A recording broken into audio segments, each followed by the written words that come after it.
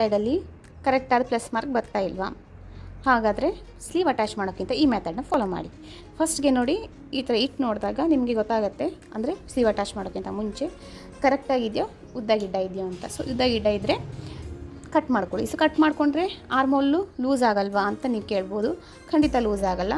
ಆರ್ಮೋಲ್ನ ಎಷ್ಟು ಕಟ್ ಮಾಡ್ಕೋಬೇಕಂದ್ರೆ, ನೀವು fitting line 2 inch ಇಟ್ಟಿದ್ರೆ so ಅದೇ ಲೈನ್ ಅಷ್ಟಕ್ಕೆ ಕಟ್ ಮಾಡ್ಕೊಳ್ಳಬೇಕು. ಸೊ ಆ ಕಡೆ ಲೆಫ್ಟ್ ರೈಟ್ ಎರಡು ಸೈಡ್ ಅದೇ ಥರ ಮಾಡಬೇಕು. ಹಾಗೆ ಇವನ್ ಬರೀ ಬ್ಲೌಸ್ ಪಾರ್ಟಲ್ಲ, ಸ್ಲೀವ್ ಕೂಡ ಅದೇ ಥರನೇ ಮಾಡಬೇಕು.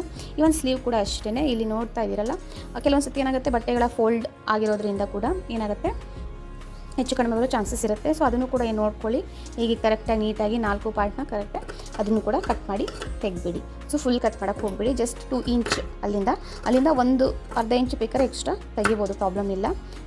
ಇವಿಷ್ಟು ನೀಟಾಗಿ ಕರೆಕ್ಟಾಗಿತ್ತು ಅಂದರೆ ನೆಕ್ಸ್ಟ್ ನೀವು ಅಟ್ಯಾಚ್ ಮಾಡಿದ ಕೂಡ ಏನೂ ಪ್ರಾಬ್ಲಮ್ ಆಗೋದಿಲ್ಲ.